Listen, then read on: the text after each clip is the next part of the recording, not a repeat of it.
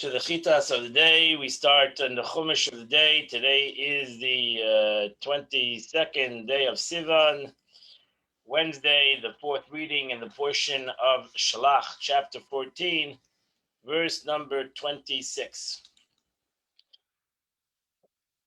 Vaydaber Hashem Moshe Leimer, and God spoke to Moses saying, verse 27, Ad Mosei Le'eda Hara Hazois. How much longer will this evil congregation? You see, I should say, a congregation needs to have 10. Which they causing complaints against me. The complaints of the Jewish people. I've heard all the complaints of the Jewish people that are complaining about me. So Rashi says, these are the spies, the 10 spies. From here we learn that a congregation needs to have 10. So God calls a congregation 10 and 10 men. That they are causing the Jewish people, not only they're complaining, they're causing the Jewish people to complain. As soon as they saw Shehim Alinim, the spies caused them to complain against me. I have heard. Emelahem, tell them, Chayani, as I alive, as I am alive, it's expression, as I am alive. No Hashem, says the Lord, Im loi kashedi baitim ba'oznai. What you ask for is what you're going to get. That's what I will do. So Rashi says, what means as I am alive, denotes a vow. So as you asked to be buried in the desert, that's where you're going to die. Verse 29, in this desert, your corpse will fall. And all the numbers that we counted from 20 years and above, all those numbers that were counted,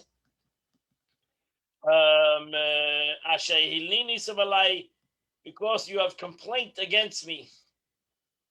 That says all the counted in the census, which was numbered, for example, going to or returning from the war, which gave a half a shekel, which is all mentioned a couple times in the Torah. So all these will die.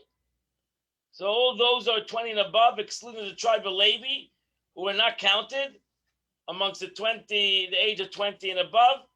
All those died. Over 600,000 Jews that were counted. So all the men, the women were also not part of the count. So all the men died, tribe of Levi didn't die, and the women didn't die. So the women were not part of the whole story. They stuck out of the story. Verse 30, you shall not come to the land, which I raised my hand, to bring you there. Besides Kalev, the son of Yefunah, and Joshua, the son of Nun. So here we see already Moshe Rabbeinu. That's what we know, that Moshe Rabbeinu, Moses, was part of this decree. That even though, because he had hit the stone yet in the story, so we see already that Moshe Rabbeinu and Aaron were not going to be going into the land of Israel. So that's why Moshe Rabbeinu says, because of the Meraglim, I didn't go into the land of Israel. Not so much because of the stone, but because of the Meraglim. There's only two people that went in from 20 and above, was Kalev and Yefunah and Shea Benum. Tapchem and your children, and your children, who you say that are going to be to spoils, because that's what you're complaining about. You weren't complaining, worrying about yourself. You're worrying about your children. I'm going to bring them. They'll come into the land. They'll know the land in which you have despised. But as for you, Atem, your corpses, you'll all die in the desert. Rashi says that the Targum renders Pegrechem Dilechun, And your corpse of yours, since as the previous verse he spoke about bringing the children to the land, and now he wants to say, but as for you, you're going to die in the desert. You asked to not go into the land, so you'll get what you asked for. Verse 33, I'm not going to just kill you in one day. I'm going to have the Jewish people wander in the desert, Arboim Shana, for 40 years. And they will, and you bear your disfection until you all die in the desert. So that says none of them 40 years. None of them died before the age of 60. This is why 40 years was decreed, so that the 20-year-old would reach the age of 60. The first year was included, because the counting was from the age of 20 to the age of 60. So the first year was included, although it preceded the dispatching of the spies, because it's really 38 years. For the time they made the golden calf, this decree had been God's mind. So really, it started a year before, from the time of the golden calf.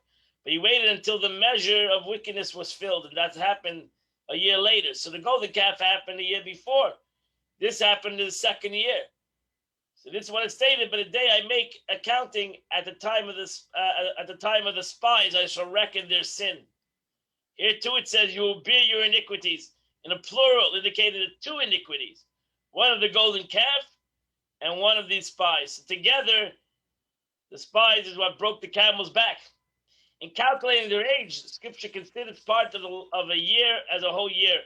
So when a person goes into 59, it's already his 60th year. That's why we say the next year's capital.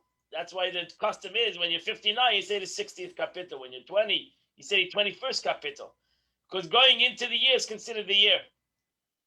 So even though a lot of them were 59 when they died, but they were considered as 60. Scripture considers part of the year as a whole year. And when the 60th year, for those who were those who had been 20 years old, now died in the 59th year, going into the 60th year. So anybody that was 20 and really even Moshe Rabbeinu was not even part of this decree, but he died anyway because of this decree. Because Moshe Rabbeinu was over 60 at that time. He was already 82 years old. The Nasser says the Seich and the Tiger, they will endure your guilt. Verse 34, counting the days that you counted, that you toured the land. 40 days for one year to a day. Yom Lashana. So now it's going to be a punishment on all the Jews, because ultimately they're going to wander in the desert for 40 years. You'll know my alienation. We know that goes to God alienated itself from the Jewish nation for the next 38 years.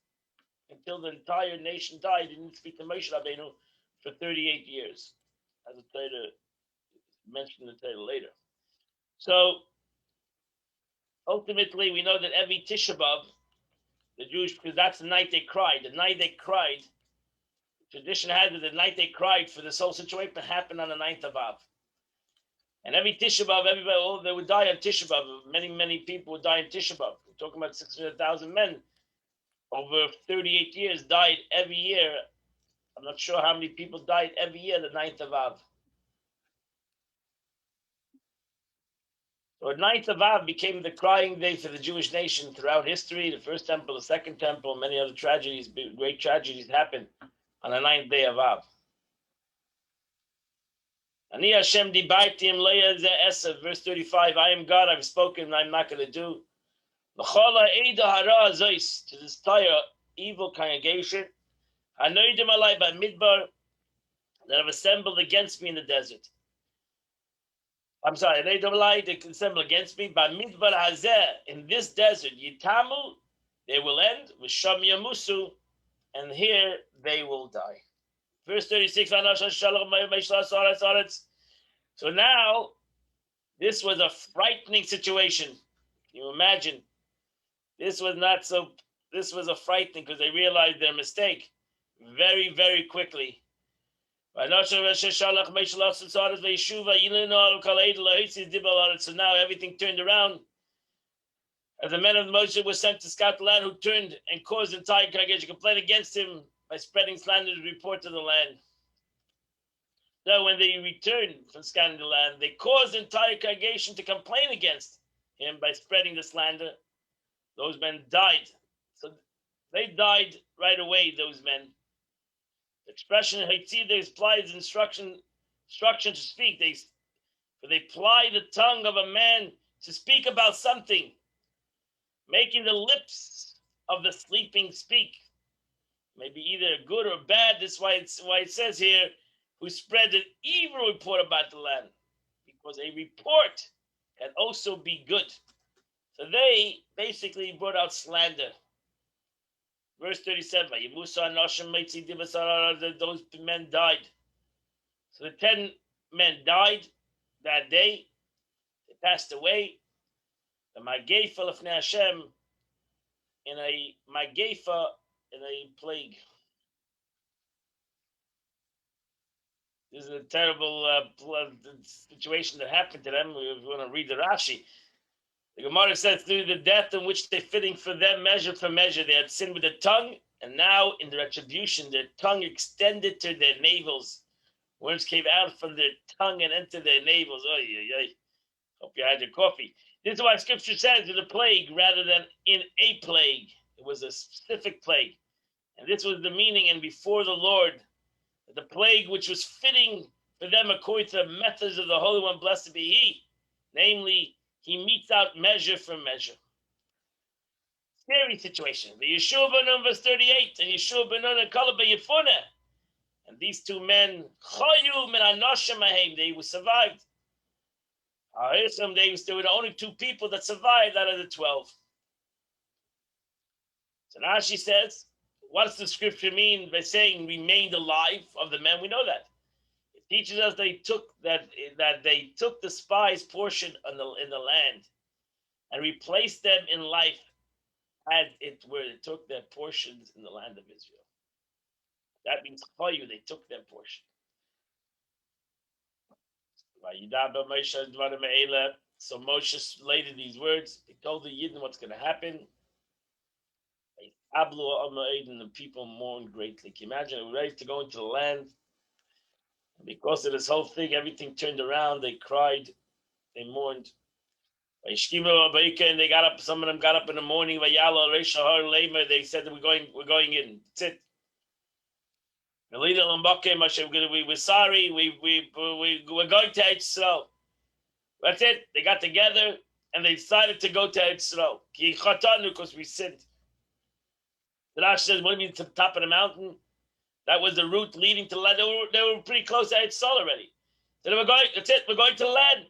That's it. We're traveling. We're going to land because we have sinned by saying it's not better to return to. It's better to return to Egypt. So they said we wanted to do tshuva. We're going to the land. Verse 41. He said, no, you cannot do that. That's also going against God. And it's not going to succeed. You better stay where you are. What you are doing will not succeed. Verse 42. Al-talu, do not go up. Because God is not amongst you, and you'll not be beaten by your enemies. If you're going to go up, you're going to be beaten by your enemies. Verse 43, because the Amalekim and the Canaan are right in front of you. And you're going to fall in the sword. You're not going to win this war. Because you went against the ways of God, and God is not going to be with you. So therefore, nothing is going to help you. You better not do what you're going to do. Stay where you are. So Rashi says this would say that this will happen to you because you have turned away from God. But they didn't listen as Jews. Well, they did the opposite. So they decided defiantly, they went up to the mountain. But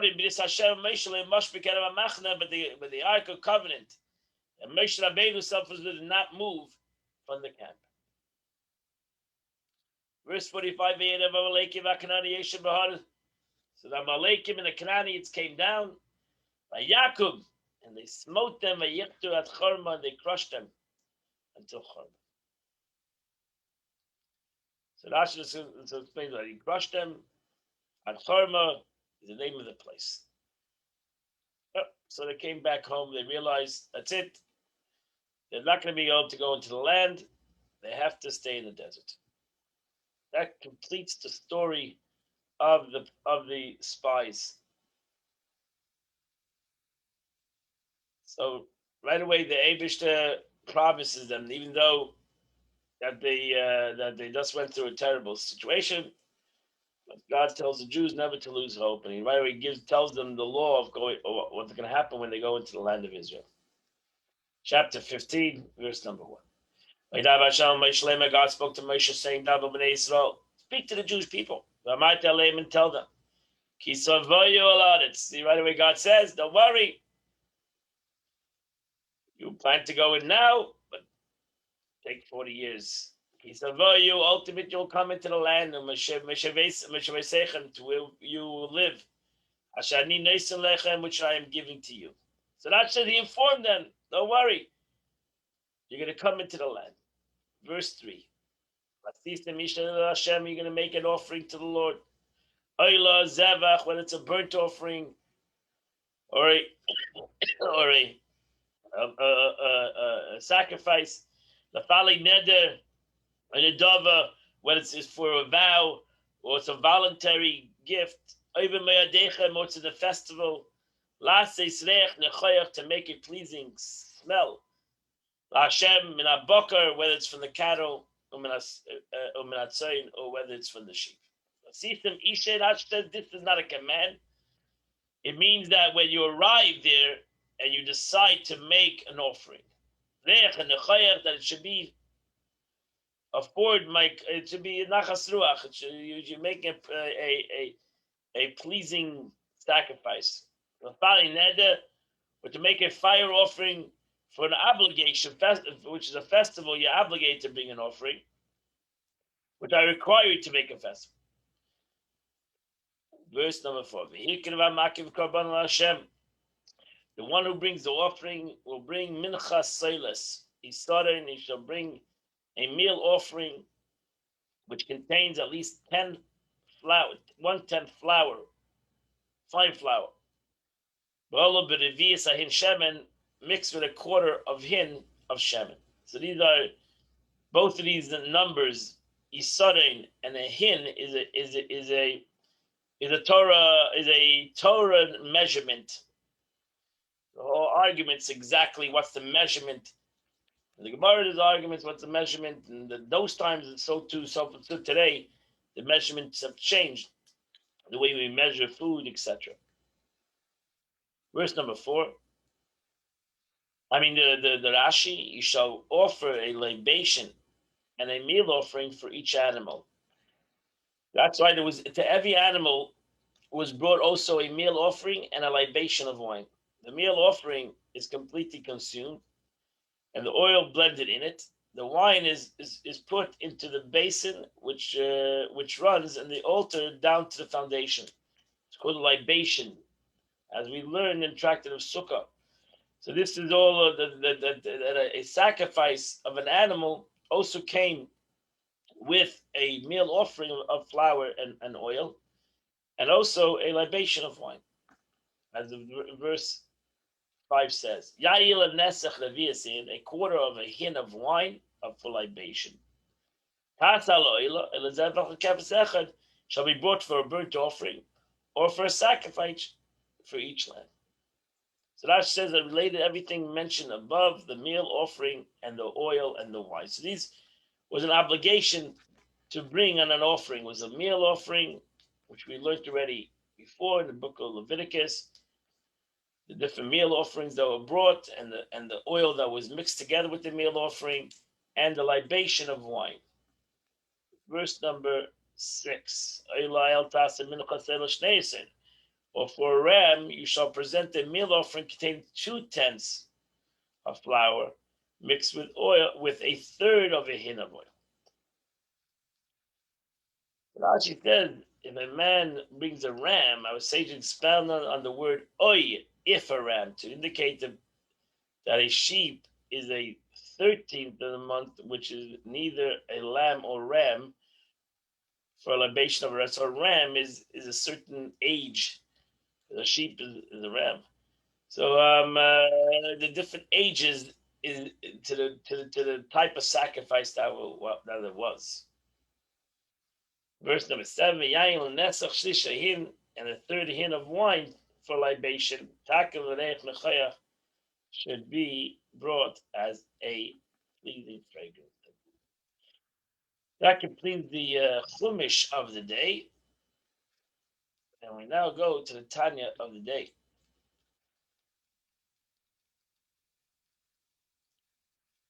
We are holding chapter 7 of this part of the second part of the Tanya, Shari Ichad Ve'emunah. These are beautiful stuff in the aspect of Emunas Hashem and the concept of belief of God. And these things are expressed in the Torah in many different kinds of forms, in many ways it's mentioned in the Torah. And as the Alter Rebbe brings now a verse, the verse so the verse is in Malachi. So the verse says, Mashin is by Yuva Mashakasev, the foregoing, what we explained. If you understood all that we explained, you'll understand the words of the verse of Malachi. It says, Hani Havaya. Again, whenever it says the word Havaya, it means the name of God, the tetragram. What's in English? Tetragram. Yud, Hey, Vav, Hey. The God's name, which denotes the concept of chesed, the aspect of kindness, the concept of limitation, the concept of past, present, and future at the same time, the concept of the supernatural, the above natural concept, where God is above the world, so to say. But it says, Ani Avaya, the verse says, I am God, Lo Shanisi, I have not changed. What is the meaning of that statement? Ani Avaya, I am not changed. Why would somebody think that he did change? Why does the verse, what is the meaning of the verse that I am not changed? So this means, the Alter Rebbe explains. So let's go to the explanation box. Not only there's been no change in God's conduct, it means the world did not change God's conduct. God says the world did not change me in essence. What does that mean? Why would I think that it changed?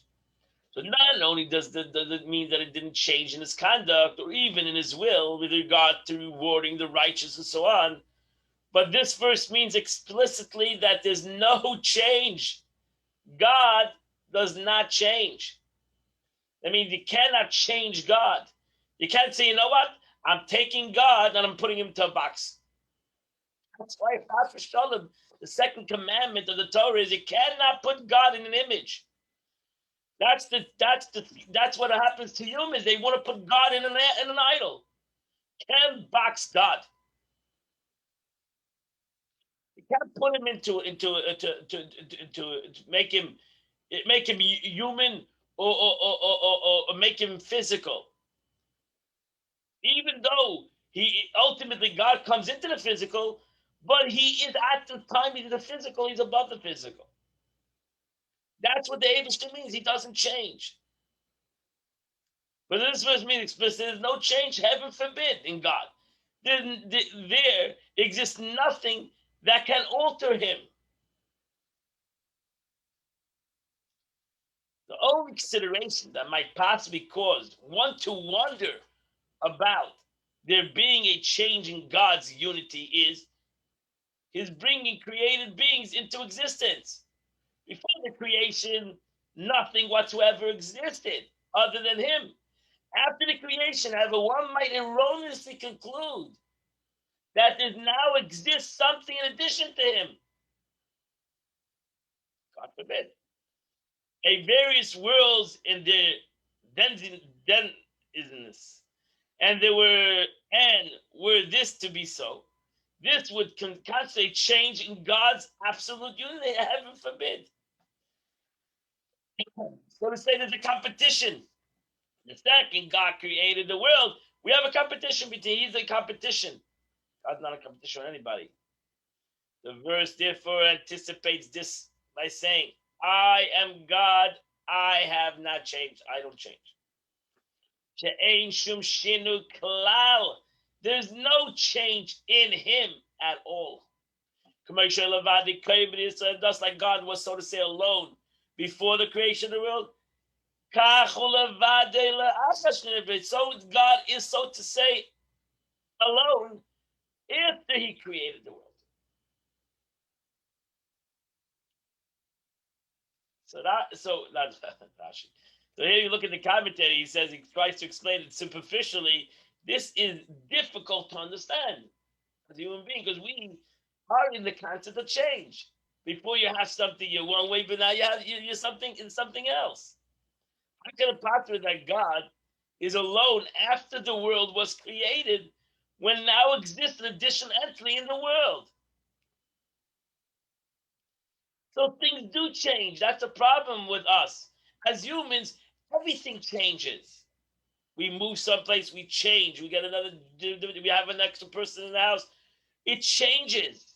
Before there was there was not this person. Now there is this person. However, according to explanation given here regarding the divinity, divine unity, this matter is clearly understood. So the answer is: so how does God doesn't change? Because everything comes from Him. That's why nothing has changed. Everything is from Him. So therefore, nothing's changed. In a human being, it doesn't work that way. It's like another entity that's not Him. So when something comes into the picture as a new entity, then it's a new reality. And now there's a change. Because it doesn't, per se, it's not something that's totally part of me. Even if a child comes, I create a child. I have a child. Ultimately, that is a separate entity from me. And now it's a new being in my existence. Since the world is truly nullified in its entirety in relation to but God in the world, ultimately, as the world stands now, in its physical reality, is nothing to God. And therefore, because it comes from Him. So therefore, nothing changed. So can you imagine that really to God, like you can imagine a person that like a movie, a producer who's having a movie in his mind. He didn't make the movie yet. It's all in his mind. That's the way it is right now. To God, that's still a movie in his mind. The whole world is like a production in his mind. We think it's a reality, a physical reality, because God wants it to be a physical, but really it's still in his mind. And that's why the Baal Shem Tov said the world is constantly creation. It's not like the Abish created like a guy, like a movie producer who creates a movie. Now it's not nothing to do with him. The movie's created. It's out of his mind. It's in a production. It's out of his existence. And now the movie can live on without him. But the Abish, as the movie is going, it's still in his mind.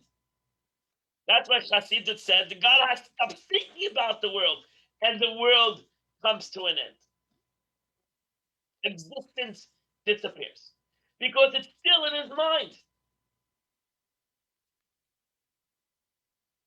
It's still in God's speech. Since the will is truly nullified and tied to relation to Him, and is wholly united with Him at the same time that it's a world, it's still part of Him. God is thus truly alone in the world that was created. And He's alone to prior creation because everything is in His mind. It's all in God's illusion that ultimately we have this world. And that's why the verse says, you are the same before the world was created, and you are the same after the world was created. So if the meaning of this passage were only that God is eternal, without being end or beginning, it would have simply said, you were before the world was created. Why the can't say the word of you are he who was before the world was created. The emphasis provided by the repeated phrase, you are who, means you are exactly the same before and after creation. Without any change in his being. Not even in his knowledge. One might have supposed that with the creation of the world, God's knowledge underwent a change, so much that he had not have possibly known the world beforehand. Or once the world was created, God would thus know something that previously did not. So now you say maybe in this, might say as I gave you the analogy of an illusion of God's thought. So maybe before he thought it, and after he thought it, there's a difference. After that, but therefore tells us that God's knowledge has not changed at all either. Why? By knowing himself, he knows all created things. Why? Because everything comes from him. And everything is nullified in relationship to him. So everything comes not from only God's knowledge. Everything comes from him, from God's essence. Here you have the explicit terminology, atmos, essence, being, his being. His being. Everything comes from God's being, his being. Atmos, that's the word, his being, his essence. Essence is higher than even thought.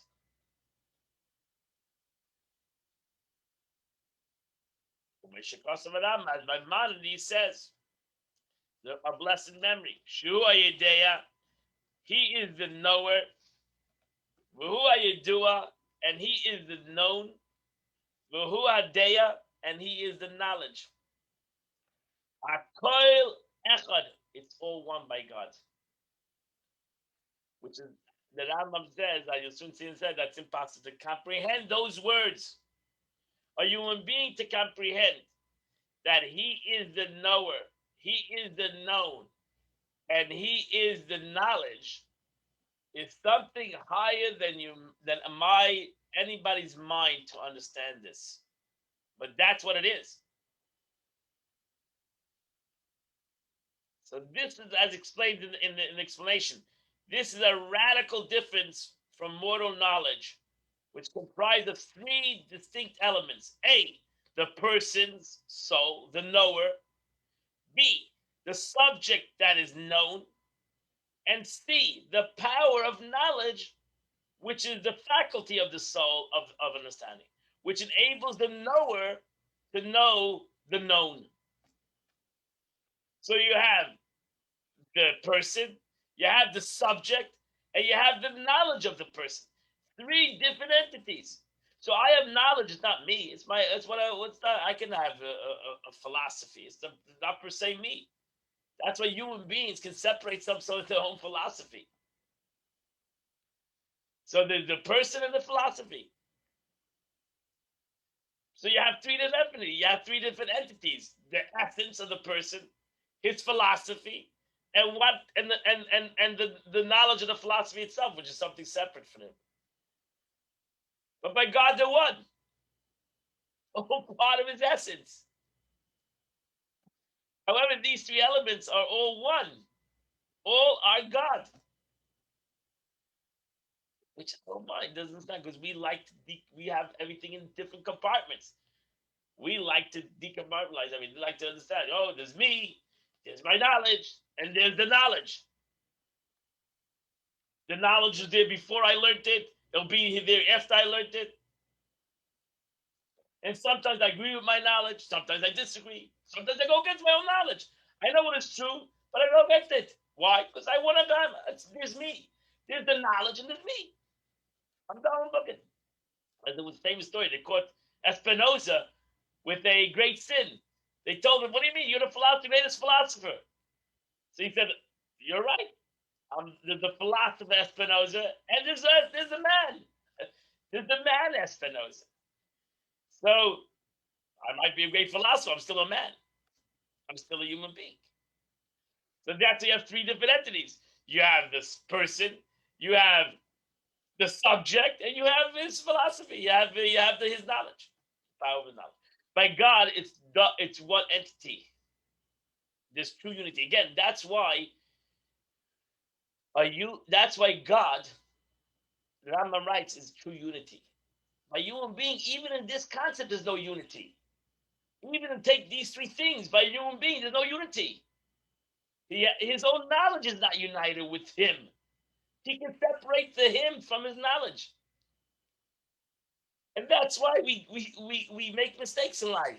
Why? Because even though we know it's wrong, but I cannot always follow even what I know is wrong.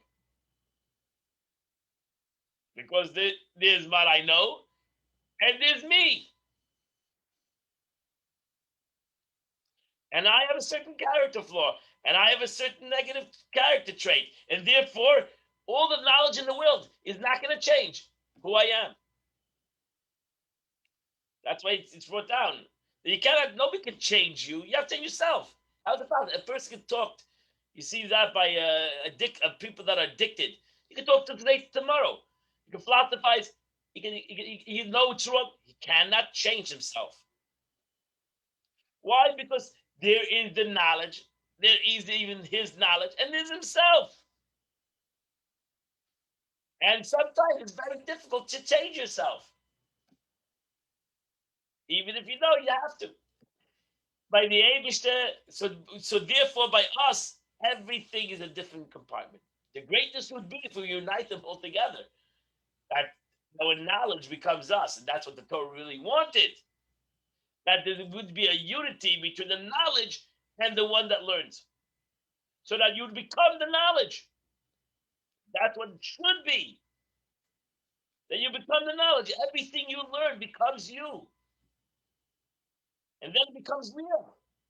It's not just the knowledge of philosophy that's out there. It becomes who you are. But by the Eibishter, by God, it is that way. It is all one. So really, to the real truth, the Rama writes, understand this and completely, it's beyond the capacity of the mouth to express, beyond the capacity of the ear to hear, and beyond the capacity of the heart or mind of man to apprehend clearly.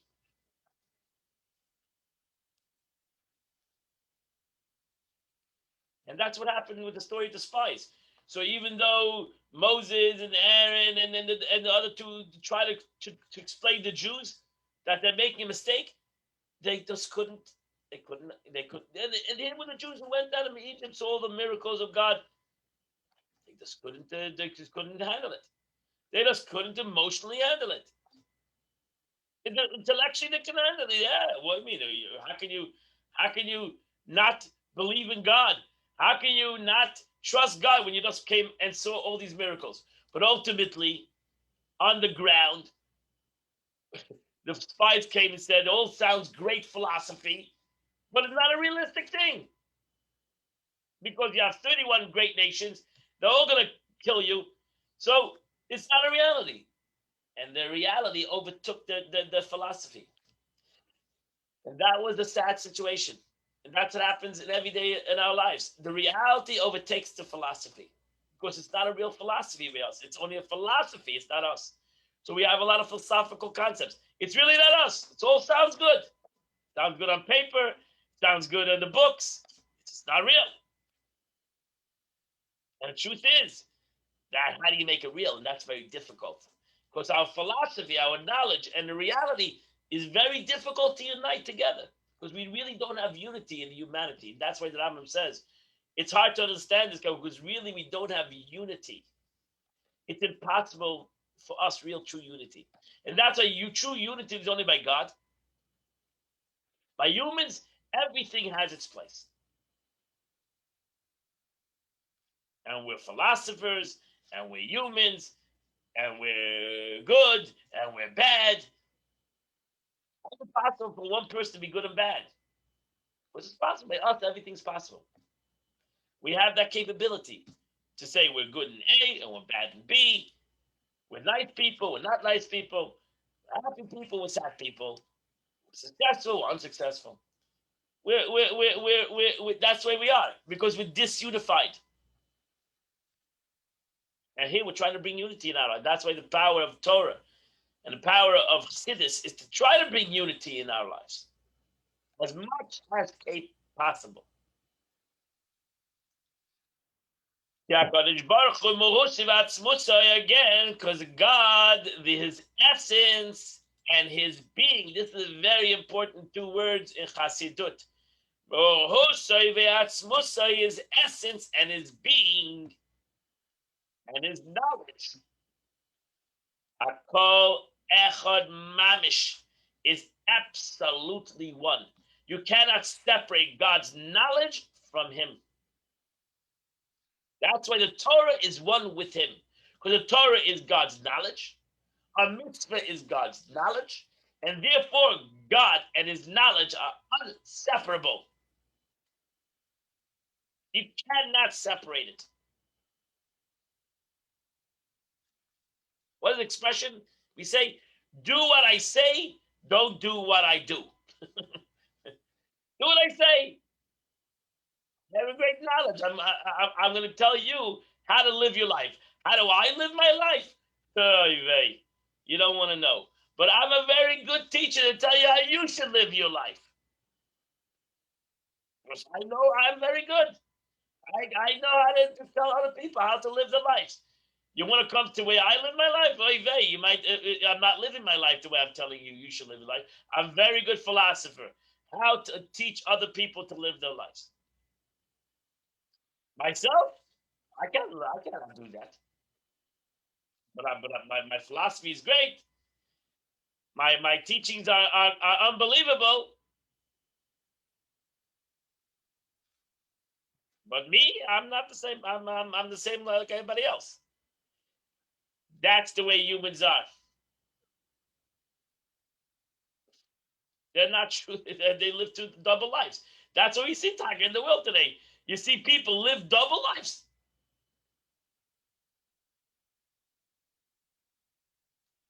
But the English, and the Torah didn't want that. That's why the God gave the Jewish people the Torah. They should not live a double life. They should try to live a life of unity. Be truthful to yourself and be truthful to who you are.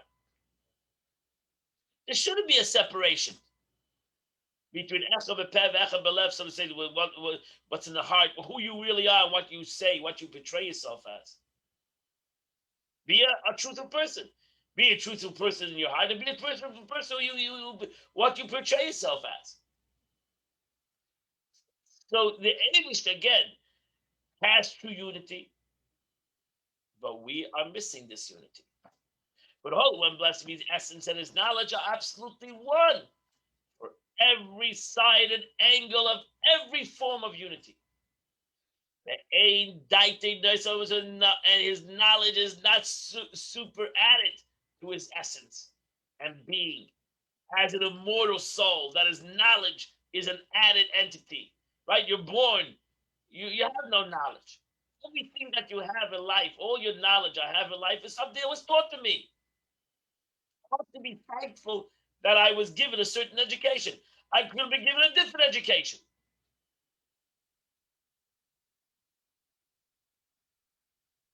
So it was a taught concept. We all are taught, whether we're taught by teachers, whether we're taught by society, whether we're taught by our parents. We are taught entities. We might think that we're self-made entities. We're not. Some of us are. We go against the way we were taught. We have that capability, but usually we're taught.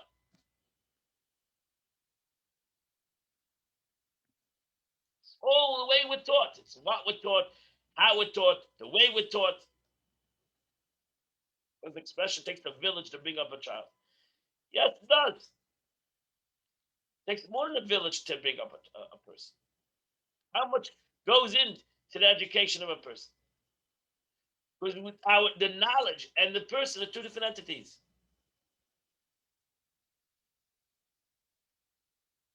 That's why, even going back to the Miraglim, both of them, 12 people went, saw the same thing, but two had a whole different knowledge.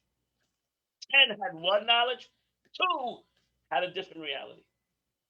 Because they taught themselves to have a different reality. They both saw the exact same thing. They didn't see something different. But one saw it one way, the other saw it the other way. In ethics of father it says never judge anybody. Because what do you mean? You were brought up in a certain way. He was brought up in a, how can you judge anybody? Maybe if you were brought up in his kind of a, if you know the whole package, the way we was brought up, where he was born, what influenced him in life, maybe you'd be the same, or maybe you'd be worse. So thank heaven where you were brought up, and the family you had, the parents you had, the teachers you had or I had, because that has a great influence on us. And that's the meaning. For his knowledge is added its essence and compounds with it. When a man studies a subject and knows it, his rational soul was already within him before he studied it and knew it. And afterwards, this knowledge was added to his soul. So before it was an empty page. That's why the Mishnah always says, teach a child, because it's an empty page. You teach an adult, it's only a full page. Very hard to change a way of life, the way you ate to way B, because it's already a full page. You have already a philosophy, you have already your way of life. Go change your way of life. It's not easy. Right? Is it possible? Yeah, I think it's possible. But it's not easy because you're adding something. And adding something is not an easy project.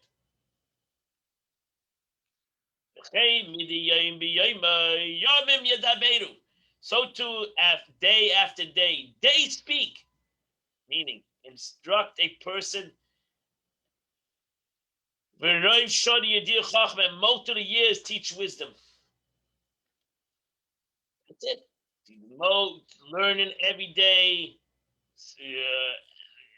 situations, realities in life continues to grow on a person.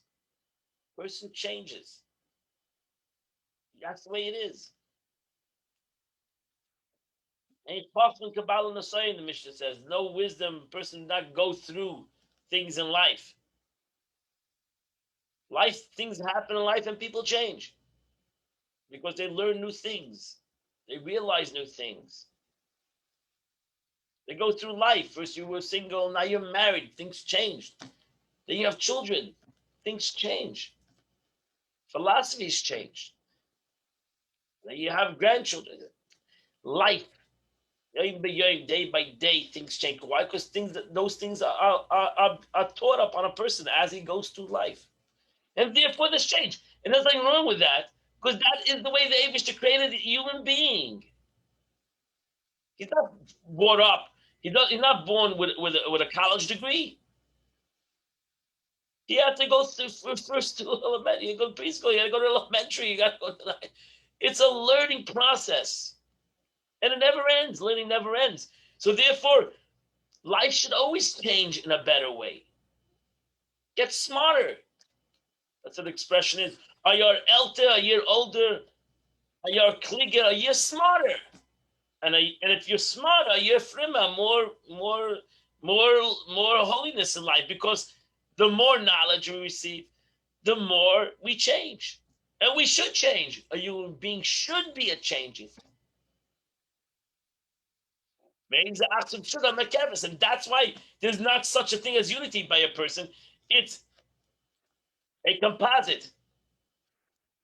A human being is a mixture, a building. Like that's why a human being is compared to a tree. Keeps on growing, having fruits, new fruits, bigger branch. Keeps on growing. It's a living concept.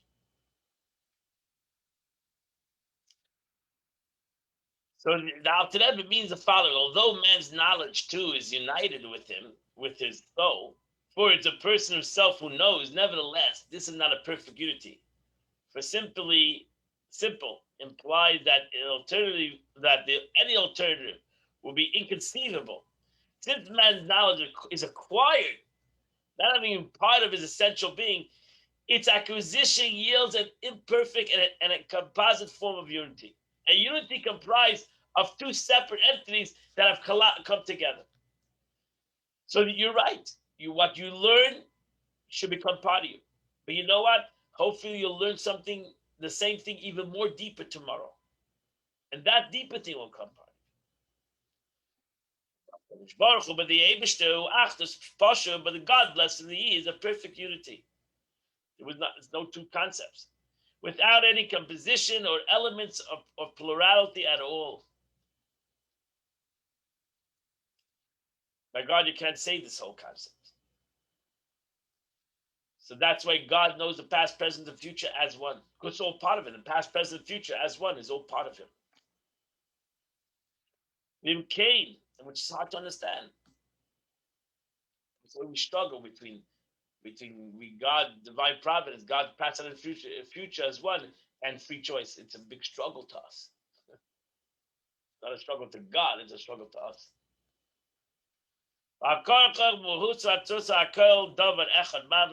One must conclude that his essence and being and his knowledge are all absolute one without any composition, without any mixture.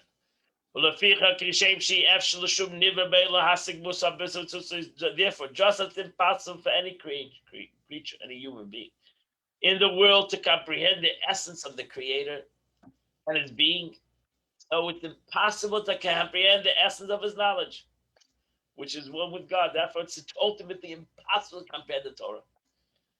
Whatever we comprehend is but a small, small part. Therefore, that's why we always have to have faith. A Jew has to have belief. We have to have, it is possible only to believe. Which belief, faith, transcends intellect and comprehension. This concept that the God is one and unique. He and his knowledge are absolutely one. And by knowing himself, knows everything from the lower from the higher to the lower. Even the small worm in the sea, until a minute mosquito, was found in the center of the earth. Nothing is hidden from him. By God, the little mosquito that's flying around and driving you crazy is also part of him as the highest, greatest level in the world. All ultimately part of God's existence. And not only that, and this knowledge does not add multiplicity, composition, cloud, since it's merely knowing himself. It's all one. And since this form of knowledge is very difficult to envision, that's why the prophet Isaiah says, for as the heavens are higher than the earth, so too is higher my ways than your ways, or my thought than your thought. That says, will you search God intellectually and find him? As it says, you have your eyes of flesh, and you see me as man sees. You can be able to see God. Impossible. Because a man sees and knows everything, which with a knowledge that is external of him, and hence something is added to him. That's how I saw a new person. But God, the Holy One, he knows all by knowing himself. At kan l'sheni. This is all the words of the Rambam. Maimonides. That's how you see Maimonides also knew the teachings of Kabbalah. These are all the words of the Rambam that the Alter Rebbe says. These are all the words of the Rambam. Ein bilchisei Torah. See the laws of the foundations of the Torah. V'skimei chalak Kabbalah, and the sages of Kabbalah agree with the Rambam. So the Alter Rebbe, I agree with the Rambam. The Ruben Paizman, Amax Bracha, has brought down in Paidus and Kabbalah the teaching of Moshe Kordavoya, blessed memory. Okay, so this completes the Tanya of the day.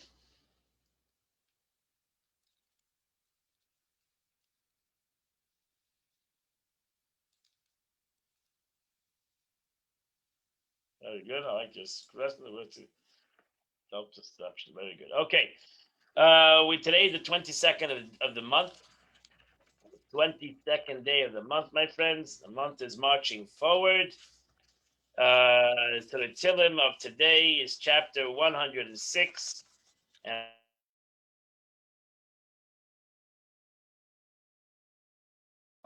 you froze, Rabbi. I wish you all a great, happy, wonderful day. God bless you. And same to you, Rabbi. Thanks, Rabbi. Thank you.